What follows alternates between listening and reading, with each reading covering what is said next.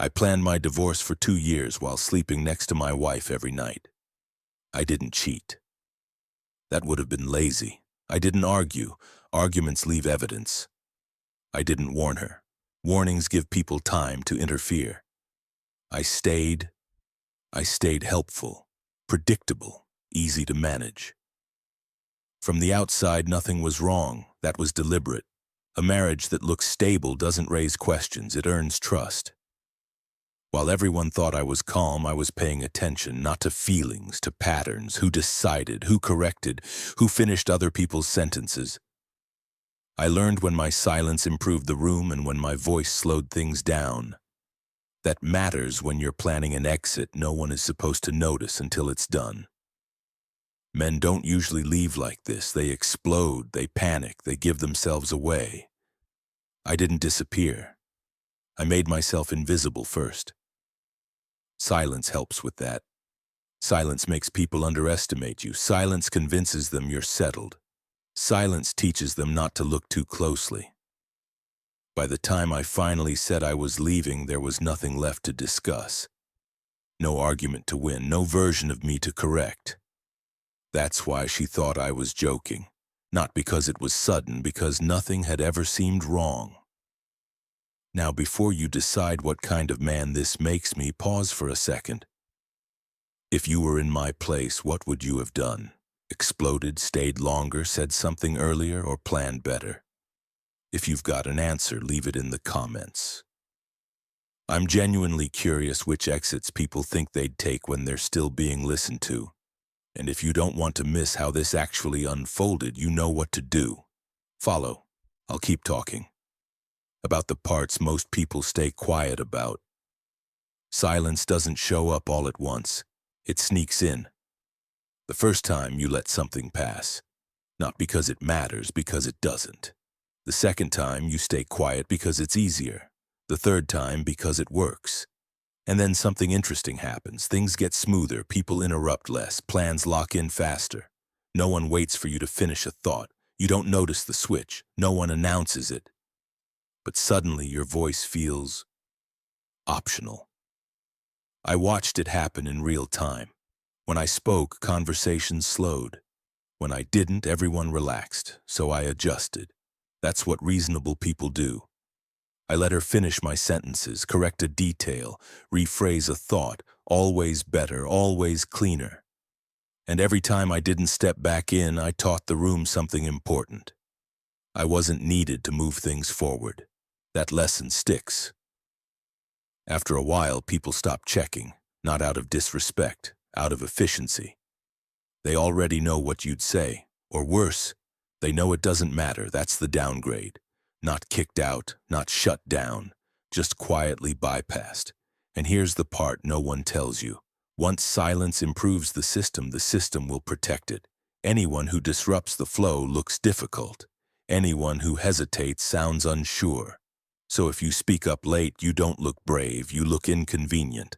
That's when I stopped trying to be heard. Not because I was afraid, because I was learning. Learning how little noise you need to make to be completely underestimated. And that's a useful position when you're planning your exit. The moment that ended my marriage wasn't loud. It was controlled. We were with friends. Casual, public, safe. Someone asked me a question. I started answering. I didn't even get to the point. She cut in immediately. Not to help, to take over. "That's not what he means," she said. Then she turned to them, not to me. She rephrased my words, simplified them, corrected the tone. And then she added, "He always overcomplicates things." She smiled when she said it. Everyone laughed. I tried to jump back in. She didn't let me. She kept talking, faster, clearer, confident. Like she was closing a door I was already inside of. I stopped speaking because I realized something terrifying. This wasn't a conversation. It was a demonstration. She wasn't interrupting me. She was invalidating me in real time. My words weren't just unnecessary. They were framed as a problem. I sat there while she explained me to other people as if I wasn't present, as if I couldn't be trusted to represent myself. No one looked at me. No one waited. And I understood the rule instantly. If I pushed back, I'd look defensive. If I corrected her, I'd look insecure. If I insisted on finishing my thought, I'd be proving her point. So I went quiet, and she kept going. That's when the humiliation changed shape. It wasn't about respect anymore. It was about authority. She had it. I didn't. And everyone in that room knew it. Later that night, I brought it up, carefully. She didn't apologize. She explained, "You're too sensitive. You don't communicate clearly." I was just helping. Helping. That word sealed it, because help that can't be refused isn't help, it's control. And in that moment, I realized something final. I wasn't married to a partner. I was managed, corrected, adjusted, spoken for. And if I stayed, this wouldn't get better. It would get quieter. That was the night I stopped trying to be heard and started figuring out how to leave without asking permission. That night I realized something worse than being controlled. I was being educated, corrected, explained to. The woman I had fallen in love with now spoke to me like I was behind, like I needed guidance, like my thoughts required supervision. She didn't argue with me anymore. She instructed me. And that does something ugly to a man. You stop feeling angry and start feeling erased. I wasn't losing arguments. I was losing authorship over my own life. Every sentence I spoke felt like it needed approval. Every opinion sounded like a draft. I started hearing myself through her voice before I even finished speaking, already anticipating the correction, the sigh, the improvement. That's when I understood I wasn't living with a partner. I was living with a narrator. Someone who had decided how I should sound, think, exist. So I stopped giving her a character to edit. I reduced myself to responses that couldn't be improved. Yes. Fine. Whatever you think. I let her feel brilliant, superior, in control.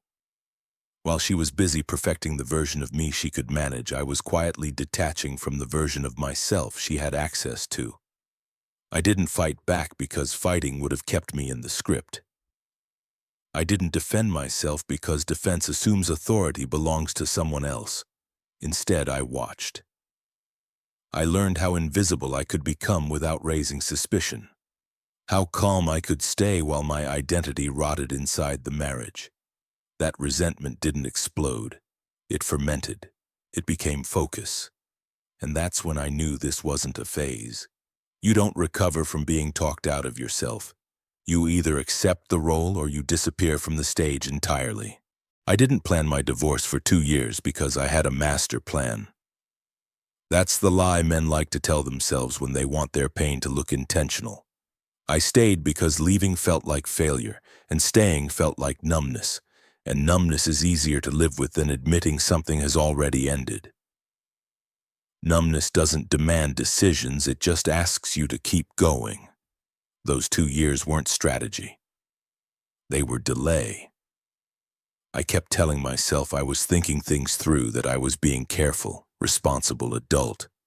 What I was really doing was buying time I didn't know how to use.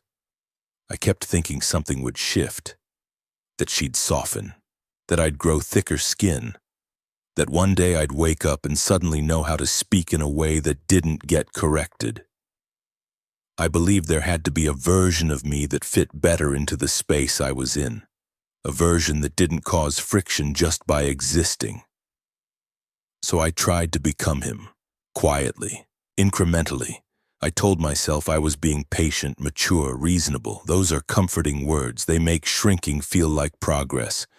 What I didn't realize at the time was that patience, when it's one-sided, isn't a virtue, it's erosion.